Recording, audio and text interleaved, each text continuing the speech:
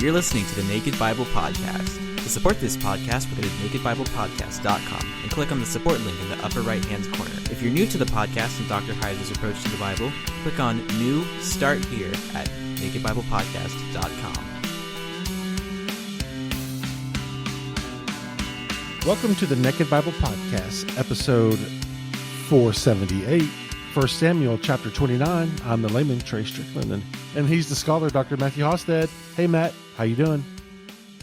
Doing great, Trey. How are you doing, sir? I'm doing pretty good. I'm glad to have you back for the second chapter that you're covering for us. And what's going on with you lately? You got anything good to talk about?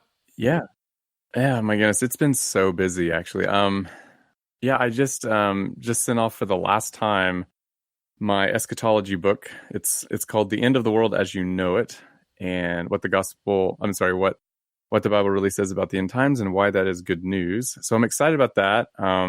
So I'm not sure yet exactly when it'll be ready for pre-order, but be checking Amazon and stuff. So I'm just super stoked about that. So we finished that up, sent that off to Lexham, and Lexham has been such a joy to work with, and it's been a lot of fun getting that done, and I'm excited about it. It's been a long process. I think that book from start to finish was like 2-3 years, maybe. It's really funny just how it all transpired. But so I got that. I started a podcast as well, The Bible Unmuted, and that's going well. I'm enjoying that.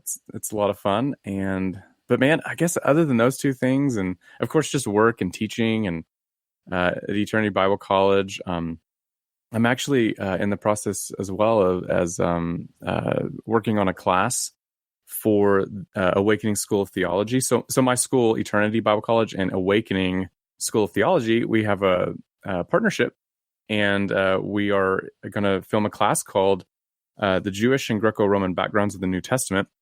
So right now I'm in the thick of building that class and writing up all the stuff, and we'll be shooting and filming that shortly. So yeah, it's a full month, man. It's been really busy. Awesome. Can you give us a brief synopsis of your book that's coming out? Yeah, no, that's great. So my book, like I said, it's called The End of the World as You Know It. And it's a popular level book, so it's not like an academic book. I wrote it to provide, an audience, just a general audience, just an overview of questions about the end times. So common questions such as, is there going to be a rapture? How long is the tribulation? Will there be a tribulation? Can we know when Jesus will return? And are we living in the end times? These are just very common questions that people are asking. And I wanted to write a book or have a resource that people could just pick up and read. And so it's going to be a lot of fun, I think, to get that book out, and I hope it's helpful to people. And so just those common questions about what Scripture actually says about the end times, because I think there's a lot of confusion. I mean, there's just a ton of views out there, and some of them are not really that credible of viewpoints, and so and many of the views that are out there these days are just they scare people. And my goal is to just write a book that shows that biblical eschatology, when it's rightly understood, actually brings us a lot of hope. So it's been a fun project. Well, we're definitely going to have you back on to cover your own book for sure. Yeah, that'd be great. Yeah, awesome. All right. Well, I'm ready for chapter 29 today. We're wrapping up, getting close to wrapping up 1 Samuel. And again, appreciate you coming on to help us with that. Absolutely. Okay. I'm excited. Let's dive into it. We're going to be in 1 Samuel chapter 29. And I guess before I begin, I want to just tell everybody I've got kind of a cold. So if I have to cough or take a sip of water, just forgive me. I think I'm okay, but we'll see how it goes. Yeah, we're in 1 Samuel chapter 29. And as we finish up the series, I thought it might be important to review a few things from previous chapters. And I think it's important because that chapter 29 is a highly contextualized section of Scripture, and it relies upon previous the previous chapters in the previous story. So we want to take a dive, just a cursory review of what's come before. And I know we've already listened to the previous episodes up till now, but it's good to today just kind of review some of that for the sake of this text. We're going to be looking at the way and the reasons why the Philistines, particularly King Achish, rejects David. That's the topic of 1 Samuel 29. But as we'll see, there's a lot more going on there than just that. So let's do a little quick historical summary of the relationship between David and this king Achish. So the relationship between these two people, between Achish and David, it goes back quite a bit. So for example, in 1 Samuel 21, chapter 21, David is said to have fled from Saul to King Achish. But the servants of Achish questioned David's motives. And that actually caused David to fear and to worry about his life. So let me read that section, 1 Samuel 21, verses 10 through 15, just as a review. So the text says that David rose and fled that day from Saul. He went to King Achish of Gath. The servants of Achish said to him, "Is this not David, the king of the land? Did they not sing to one another of him in dances? Saul has killed his thousands and David his 10,000s. David took these words to heart and was very much afraid of King Achish of Gath. So he changed his behavior before them. He pretended to be mad when in their presence. He scratched marks on the doors and the gate and let his spittle run down his beard. Achish said to his servants, 'Look, you see the man is mad. Why then have you brought him to me? Do I lack madmen that you have brought this fellow to play the madman in my presence? Shall this fellow come into my house?' And so it's an interesting text here. But anyway, I just want to draw our attention to that verse 12, that David took those words to heart and he was very much afraid of King Achish. And what ends up happening in the chapters that follow is God protecting David. And David flees, of course, from that situation, and God protects him. And David has a couple of opportunities at this point to, kill Saul. But David doesn't take advantage of those opportunities because, quite simply, he doesn't think it's his place to kill God's anointed king. So he shows incredible restraint, even though Saul is out to kill David. David does not return the favor. So it's during this time that God keeps David from sinning against this person named Nabal, or in Hebrew, it'd be Naval. And that whole situation, as you recall, I mean, to me at least, it reveals a lot about David's own heart and perhaps his own state of mind. So as you know, in chapter 25, David is mistreated badly by Nabal. And what does David want to do in response? Well, he wants to murder him. But God stops him, and David recognizes God's hand of protection over him. Again, you can read this in chapter 25. My point is that in these chapters, you get a sense of God's protective presence over David. And you also get the sense that David recognizes God's protective presence. He is confident of God's protection over him in many instances, but not always. I mean, he sometimes lacks faith. He sometimes worries, and doubt strickens his heart to the point that he does some things that are less than honorable, I guess you could say. And this is where things do get kind of weird, namely around chapter 27. Something very interesting happens, something odd happens. David comes off of a high victory in chapter 26, and then even after coming off that victory, he succumbs to fear.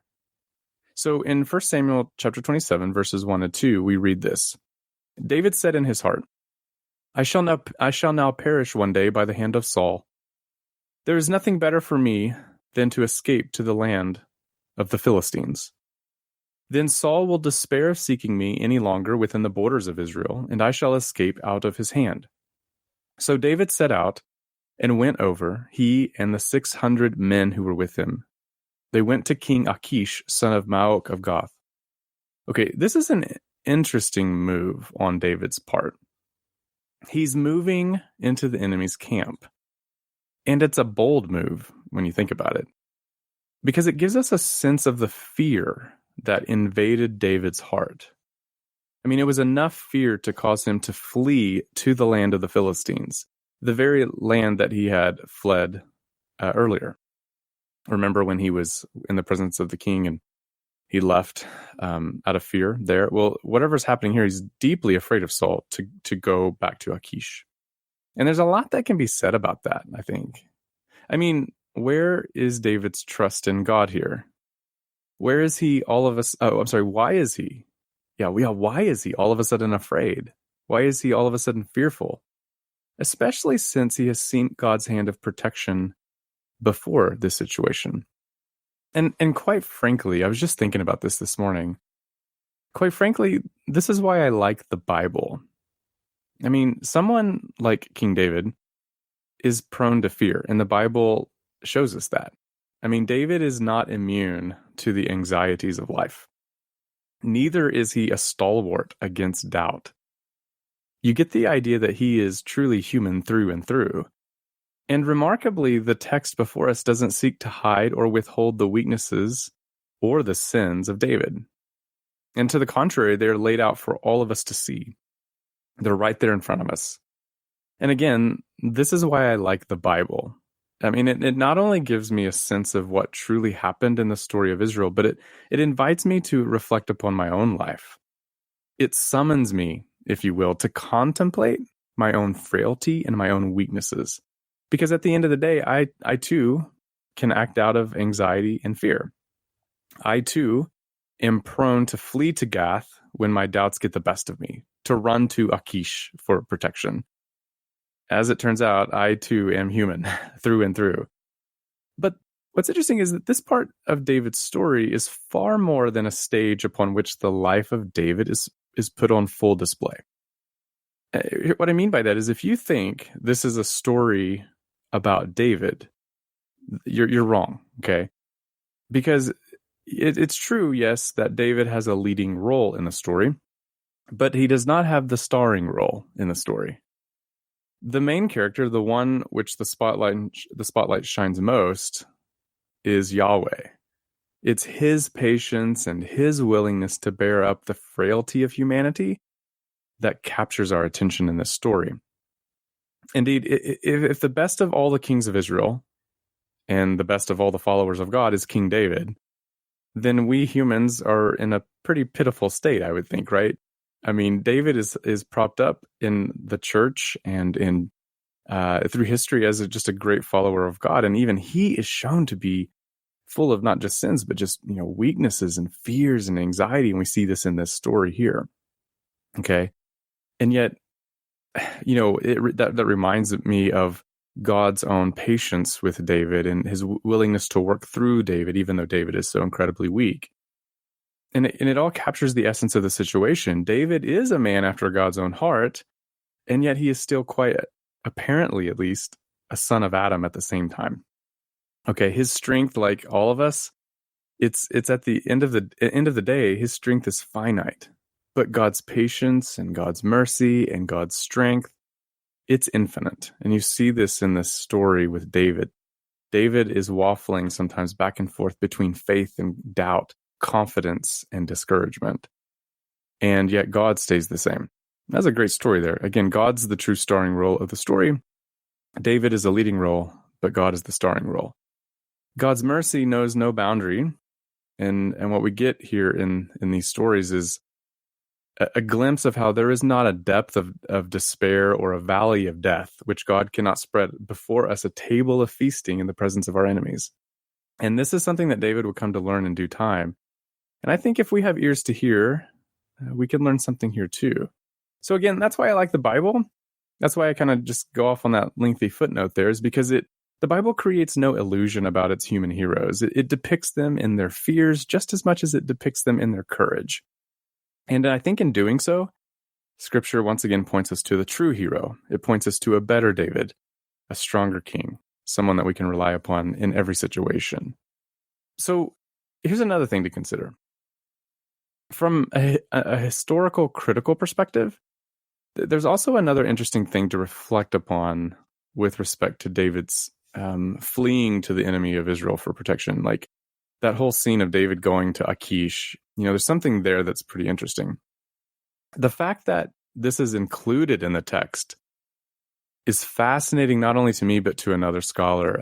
If you're not familiar with Robert Alter, I encourage you to go check out his translation of the Hebrew Bible, because it's an interesting translation on a number of levels. My own students use it for the Torah class that I teach and the prophets class that I teach.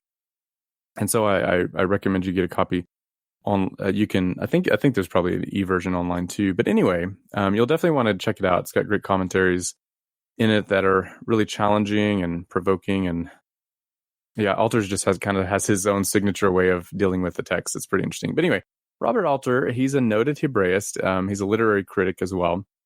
And he sums up this whole situation quite well in his commentary about David fleeing to, King Achish, to the enemy of Israel. And why he talks about why that's an important piece just simply by the fact that it's included in the text. So here, let me just read from his commentary.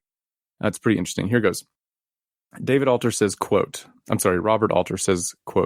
"For those scholars who have argued that David is no more a historical figure than King Arthur, this whole episode constitutes a problem. Why would a much later, legendary, and supposedly glorifying tradition attribute this act of national treachery to David? It would be rather like the invention of a story that Winston Churchill spent 1914 through 1918 in Berlin, currying the favor of the Kaiser. The compelling inference is that the writer had authentic knowledge of a period when David collaborated with the Philistines. He was unwilling to omit this uncomfortable information, though he did try to mitigate it," Alter says. Now, I think this is an interesting point to make. The story we are reading does not have the markings of legend or hagiography, okay? To the contrary, this whole episode of David going to the enemy of Israel for refuge, this whole episode reeks of embarrassment and really brutal honesty with respect to the downcast, fearful nature of David's own heart. And in one sense, I think Robert Alter is correct. What we are reading here is the account from a writer who had some sort of knowledge of an actual event. And this particular text, in other words, seems to be the stuff of religious memory, not invented legend. Okay, it's not made up. It's too embarrassing to be made up, right? You wouldn't, if you were making stuff up, you wouldn't insert something like this, as embarrassing as this would be. You wouldn't put this in the text unless it actually happened, unless it actually represents a memory of an event. Okay, and so let me just say, I'm not trying to play the role of a zealous apologist per se. And I don't really even consider myself a Christian apologist in the popular sense of the word. I'm simply a hermeneutics guy who likes to ask questions. And as such, I just want to let the chips fall where they may. I want the data to speak for itself. And in this case, I agree with Robert Alter. This text has all the markings of a report of an actual historical event for the reasons I just gave. So for those of you who are interested in historical critical questions about the Hebrew Bible, I think this is perhaps something to consider. And as a confessional scholar, a Christian myself, I find that to be a fascinating observation. So I just wanted to pass that along there. Again, if you guys have any questions about that, feel free to email me, reach out. I'd be happy to elaborate further. But okay, let's move on from that. So what we have here, David runs to Achish, and King Achish accepts David. He welcomes him to his land. And he even gives David the town of Ziklag to live in. And David lived there for about a year and a half or so. And during that time, David made it his practice to make violent raids through the settlements of the Geshurites, the Girzites, and the Amalekites. You can read about this in chapter 27. And according to the text, David and his men slaughtered everyone, leaving nobody alive. And when Achish asks David where he has been raiding, David, he lies about it. He tells the king that he's been raiding his own people. But in reality, that's actually not the truth. But nonetheless, Achish believes him.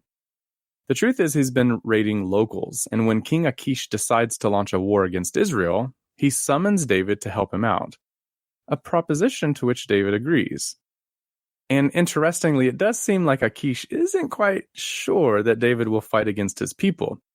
And if you read in the New Revised Standard Version, you kind of capture that hesitancy in the way that the translation translates the Hebrew there. So, for example, the king Achish, he says to David, quote, "You know, of course, that you and your men are to go out with me in the army." So this is chapter 28, verse 1. And you kind of get the sense there that the king is like, you know, you're going to go out with me and you're going to fight with me, right? David responds and he says, "Very well, you shall know that you shall know what your servant can do." That's chapter 28, verse 2. And again, you can sense the hesitancy perhaps in the king. But as we'll see in a moment, the situation here is probably a bit more complex. I'm not entirely sure what to make of it, to be honest with you. But anyway, we'll talk about that in a bit. But the part I want to focus on is the battle that's about to kick off between the Philistines, King Achish and David with him, and on the other side of the sword, it would be Israel and Saul. And it's this battle that's about to get kicked off that leads Saul to fear and terror. And it's a fear and terror that wedges itself into the heart of Saul that leads him to seek God's guidance. But God doesn't respond to Saul. And you know why he doesn't respond to Saul. God has rejected him as king. Saul has proven himself to be, very insincere. He's a very duplicitous person. So God is essentially releasing Saul to his own devices, right? He's just let Saul be Saul. And if Saul wanted a life on his own terms, well, God's going to give it to him. And here we see God do this very thing. Saul has rejected God, and God is just letting Saul get what he wants. So when Saul sees that God won't answer him, you're quite familiar, of course, with what Saul does next. Saul goes and seeks out the medium at Endor. And the medium at Endor summons the deceased Samuel to come up from the realm of the dead. And you know that story, and I won't rehash it all here. But this does bring us all the way up to chapter 29. And that's the passage we're really wanting to focus on today. It's here where King Achish's commanders tell the king that they don't want David to fight with them. Why not? Well, they're concerned. Their primary concern is that when push comes to shove, that David's loyalty will be with his own people. And as a result, David and his men will turn on the Philistines. Okay, so what I want to do is take a look at that conversation between King Achish and his lords. And I'm going to start reading at verse 2, and I'll go through verse 5. So 1 Samuel 29, verses 2 through 5. Again, reading from the New Revised Standard Version. Here's what it says. As the lords of the Philistines were passing on by hundreds and by thousands, and David and his men were passing on in the rear with Achish, the commanders of the Philistines said, "What are these Hebrews doing here?" Achish said to the commanders of the Philistines, "Is this not David, the servant of King Saul of Israel, who has been with me now for days and years? Since he deserted to me, I have found no fault in him to this day." But the commanders of the Philistines were angry with him, and the commanders of the Philistines said to him, Send the man back, so that he may return to the place that you have assigned him. For he shall not go down with us to battle, or else he may become an adversary to us in the battle. For how could this fellow reconcile himself to his Lord? Would it not be with the heads of the men here? Is this not David, of whom they sing to one another in dances? Saul has killed his thousands, and David his 10,000s. Okay, so in that sense, you get the sentiment of the Philistine lords and the commanders. Like, they do not want David around them because, again, when push comes to shove, they're afraid that David will fight against them. Okay. Maybe when David starts seeing his own people get beat up, he won't be able to take it, and he'll switch allegiances or something. The King Achish here doesn't agree. He wants David to remain with him, but because this is the ancient world, right? Kings have their lords, and their lords help govern, right? And so King Achish is going to acquiesce to the request of his lords. And in the next section here of scripture, which I'll read in a moment, it's here where the King Achish, he talks to David and tells him the news that he's going to actually have to leave the battle. Okay, so let me read that, verses 6 through 11. Then Achish called David and said to him, "As the Lord lives, you have been honest, and to me it seems right that you should march out and in with me in the campaign, for I have found nothing wrong in you from the day of your coming to me until today. Nevertheless, the lords do not approve of you. So go back now and go peaceably. Do nothing to displease the lords of the Philistines." David said to Achish, "But what have I done? What have you found in your servant from the day I entered your service until now, that I should not go and fight against the enemies of my lord the king?" Achish replied to David, "I know that you are as blameless in my sight as an angel of God. Nevertheless, the commanders of the Philistines have said, he shall not go up with us to the battle. Now then, rise early in the morning, you and the servants of your Lord who came with you, and go to the place that I appointed for you. As for the evil report, do not take it to heart, for you have done well before me. Start early in the morning and leave as soon as you have light. So David set out with his men early in the morning to return to the land of the Philistines. But the Philistines went up to Jezreel. Okay, so there are two things I want to say about this passage. The first thing is this. If it is the case that King Achish has serious doubts about David, something I hinted at above, well, then he is using his Lord's advice as an excuse for getting David out of the way. But I'm not entirely sure that's the best way to understand the situation. I mean, after all, when the Lords approach the king about David and approach him with their concerns about David, the king initially defends David. But the Lords are angry about the situation, and they don't seem willing to compromise at all on this point. The king's acquiescence to their demand seems to be rather forced, in my opinion. Like, he doesn't quite want to go along with it. But he does, because at the end of the day, he's a politician, right? And so he's gonna have to go with what everybody wants him to. So at most, I think what we can say is that Achish might have had some doubts about David. And again, we see this in the words that we read, chapter 28, verses 1 through 2. I mean, Achish does, he's not quite sure if David's going to want to go fight with him. But anyway, he might have had some doubts about David. I don't know. I'm going to leave that with you guys and just do some thinking about it and go back and read it. And I'm going to do the same.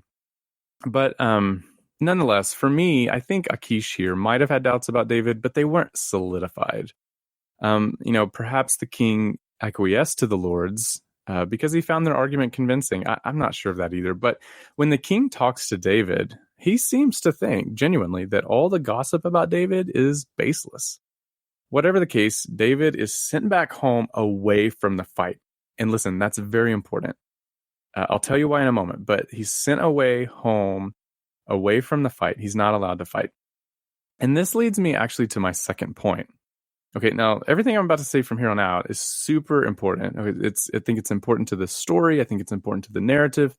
It's important to what the author wants us to understand. Okay, so yeah, just listen really closely here. This battle is shaping up to be a decisive struggle between the Philistines and Israel. The narrative is weaved ingeniously such that the reader is left anticipating that something big is going to happen. I mean, the story is constructed in a way that brings two warring peoples together at one location. And the writer of the story is leading the reader to think that the back and forth drama between Saul and David is quite literally about to come head to head in this scene. Instead of David fleeing from Saul again, the scenario, the story that the author has weaved has them now, both Saul and David, meeting on the battlefield on opposite sides of the sword. Okay. And I love the tension that is built here. It's like the beginning of the end of a movie. The battle lines are drawn, the protagonist is on one side, the antagonist is on the other, and they appear to be preparing themselves to face off in a dramatic, epic duel. But just when you think there will be a battle against these two anointed kings between David and Saul, at just the last minute, David is sent home against his will. And the scene unfolds in such a way that our expectations are subverted. It's all anticlimactic. And as it turns out, there will be no final battle between David and Saul. Again, I'm a hermeneutics guy. And so I want to just simply ask questions. And I want to ask questions like this. Why did the story unfold this way? Why were my expectations built up only to be subverted at the last minute? I mean, this doesn't seem to be the way the story should be told, so what's up with that? And I think perhaps that the answer lies somewhere in the question itself. Perhaps the subversive element of the story is itself the door through which the reader is invited to walk through. Okay, in other words, it's like this. Maybe the fact that the story subverts our expectations is due to the fact that we've been expecting the wrong thing. Perhaps we're being led to look for something much more profound and something much more meaningful.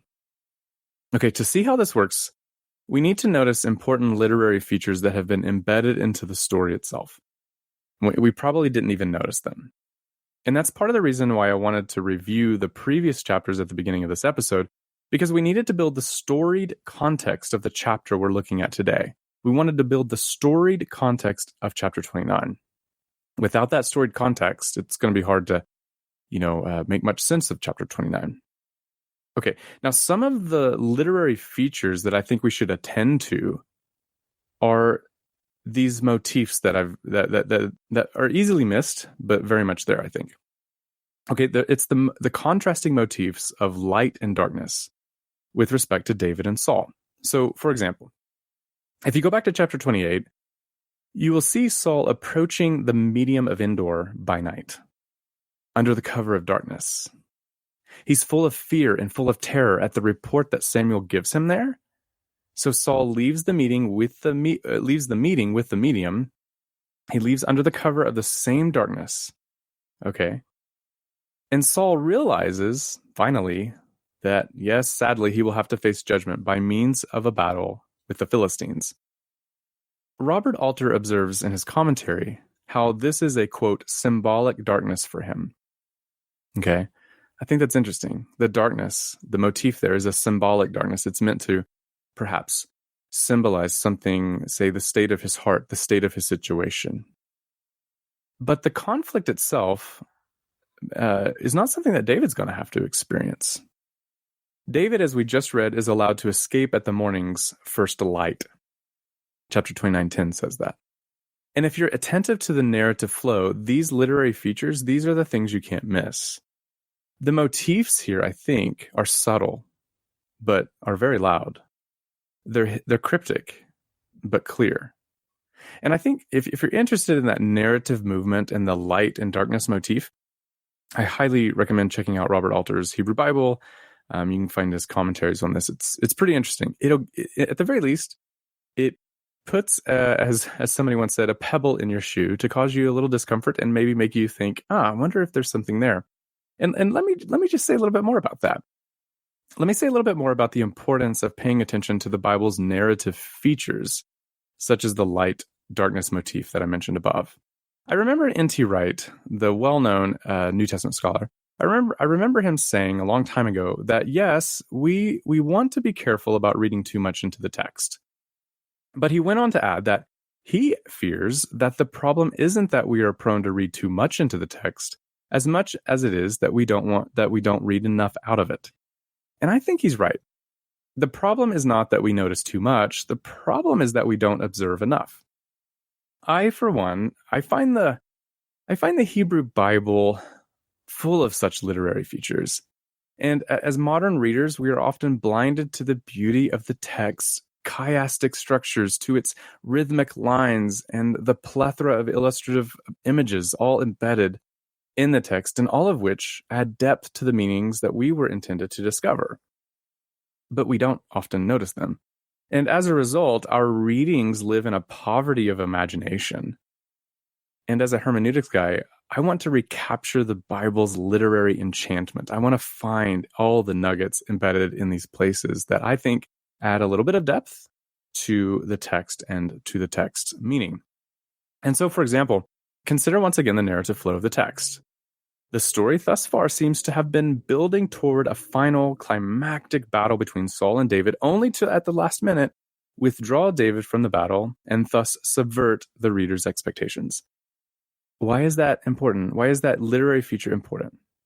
I think it's important because, as I mentioned earlier, such literary features serve to highlight important theological points. And in this case, the point is that in the history of Israel, God is pivoting Israel's trajectory toward a new king. That is, toward David. And by building so much tension throughout the chapters between David and Saul, the reader is forced to hone in his or her focus on both David and Saul. But when David is suddenly and surprisingly withdrawn from the scene of the battle, the reader is left with just one focus. We're left to observe only Saul and his sad demise. And by telling the story this way, the biblical writer sucks the air out of the room.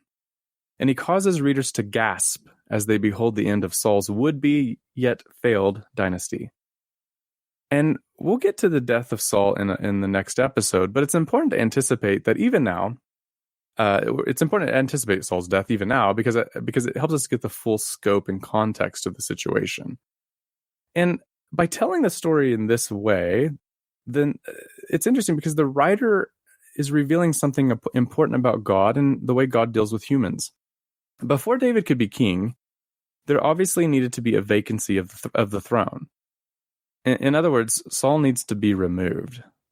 And of course, there are many ways to do this. I mean, David himself had plenty of opportunities to remove Saul swiftly and with relative ease, and yet David never dared to touch Saul in a violent way. You know that very well. All the instances David could take out Saul, he refused.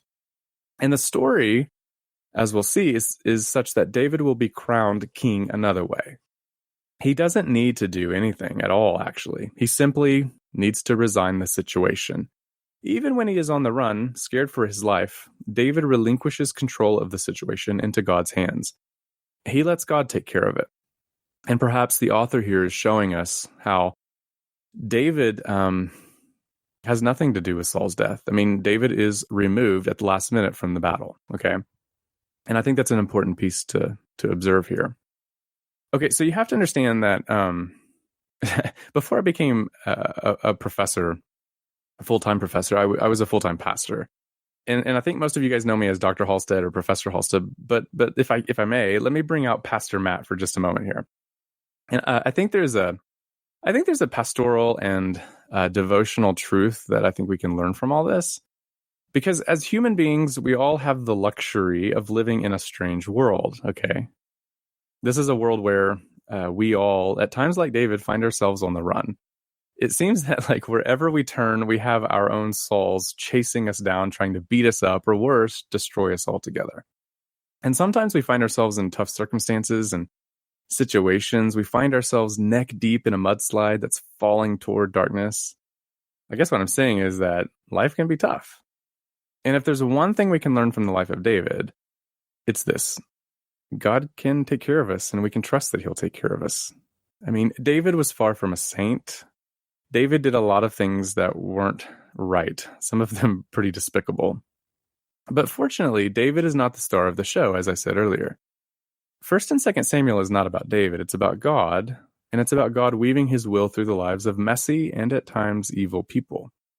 And as a human being breathing the air of this strange world, it gives me a lot of hope that no matter how many hard times I go through, no matter how thick the darkness and fearful the situation, I know that one day God will protect me until the very end, where I, just like you and all of our brothers and sisters in Christ, will be given the authority of ruling and reigning with Jesus.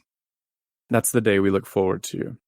And even today, we are sons and daughters of God, and one day that truth will be revealed in the glory of the resurrection. And what all this means is that no matter what the enemy throws your way today, you can have confidence to trust God and let him bring you safely into the kingdom. You can trust God to bring you safely into that day when you will share in the rule and reign with Christ. He did it with David, and he'll do it for us. And so I just want to encourage you to take heart, friends, because, well, your God has overcome the world. Let me make another observation about this text.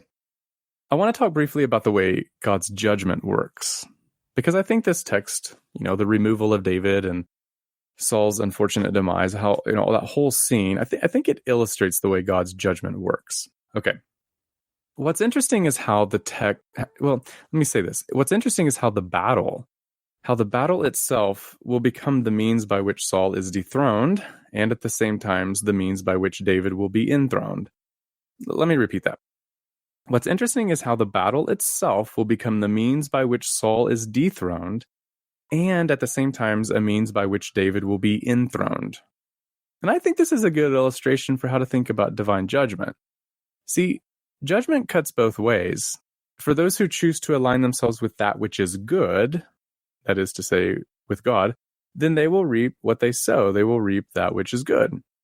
But for those who choose to align themselves with that which is not good, that is, with the forces of evil, then they will sadly reap what they sow. They will reap that which is not good. And I don't want to travel too far down into that rabbit hole, but I think this is a way the concept of judgment functions theologically in Scripture. See, given God's ontological status as the supreme good, the true, the beautiful, anything that chooses not to align itself with him will by consequence experience that which is not good, and that which is not true, and that which is not beautiful. In other words, it's not because God is mean that he brings judgment upon Saul. Judgment is simply what you get when you experience God. Okay, and if the candle, think of it this way, if candle wax and clay rock comes into contact with light and heat, there will be consequences. And the consequences will vary depending upon their respective constitutions. So, for example, wax melts in the presence of light and heat because it's wax. Clay, however, hardens in the presence of light and heat because its constitution is clay. It doesn't harden because the light or the heat is being mean to it. No, it just hardens by virtue of the stuff it's made of. And in the sad case of Saul, which we'll continue to outline in like a future episode, much of the same can be said. See, Saul, simply put, is not a man after God's own heart. I mean, he looks the part, he's handsome, right? But the constitution of his heart is not conducive for a thriving life with God.